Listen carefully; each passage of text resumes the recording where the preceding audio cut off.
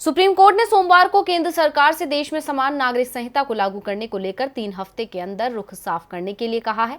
भारत के मुख्य न्यायाधीश यू ललित और न्यायमूर्ति एस रविंद्र भट्ट की एक पीठ शादी की उम्र, तलाक के आधार, उत्तराधिकार और गोद लेने के लिए कानूनों में एकरूपता की मांग करने वाली याचिकाओं पर सुनवाई कर रही थी। इसी सुनवाई के दौरान कोर्ट ने केंद्र सरकार को नोटिस जारी किया है। क्या है पूरी खबर, देखते हैं ये रिपोर्ट। समान नागरिक संहिता कानून यानी यूसीसी को लेकर देश में फिर बहस छिड़ गई है। बीजेपी लगातार इस कानून की वकालत करती रही है, लेकिन मुस्लिम समाज इसका विरोध कर रहा है, तो वहीं बीजेपी शासित राज्य इसे लागू करने के लिए तैयार नजर आ रहे हैं। अब इसको लेकर सुप्रीम कोर्ट ने भी मोदी सरकार से रुख साफ करने के लिए कहा है और इसके लिए देश की सर्वोच्च अदालत ने 3 हफ्तों का वक्त दिया है। सुप्रीम कोर्ट की पीठ ने कहा, ये याचिकाएं शादी, तलाक, गोद लेने, उत्तराधिकार और मेंटेनेंस कानूनों की मांग कर रही हैं। इन बातों में क्या अंतर है? ये सभी समान नागरिक संहिता के पहलू हैं। याचिकाओं पर सुनवाई करते हुए सुप्रीम कोर्ट ने 3 सप्ताह के भीतर केंद्र सरकार से जवाब मांगा है।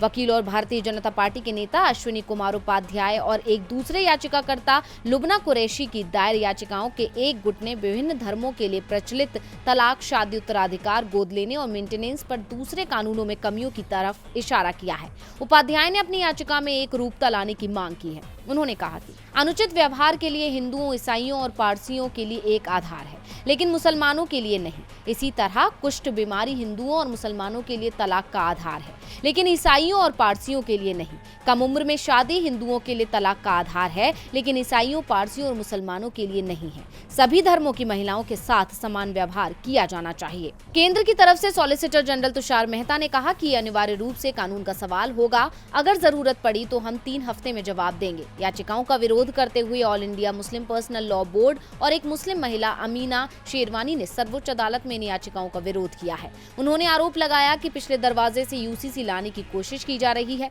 मुस्लिम पर्सनल लॉ बोर्ड की ओर से वरिष्ठ अधिवक्ता हुजैफा अहमदी ने कहा कि उपाध्याय ने 2015 में सुप्रीम कोर्ट में दायर एक रिट याचिका में इसी तरह की मांग की थी, जिसे उन्होंने बाद में वापस ले लिया था। यूसीसी को लेकर अब गेंद केंद्र सरकार के पाले में है। देखना होगा कि 3 हफ्तों में मोदी सरकार इस पर क्या जवाब देती है। डीवी लाइव की रिपोर्ट।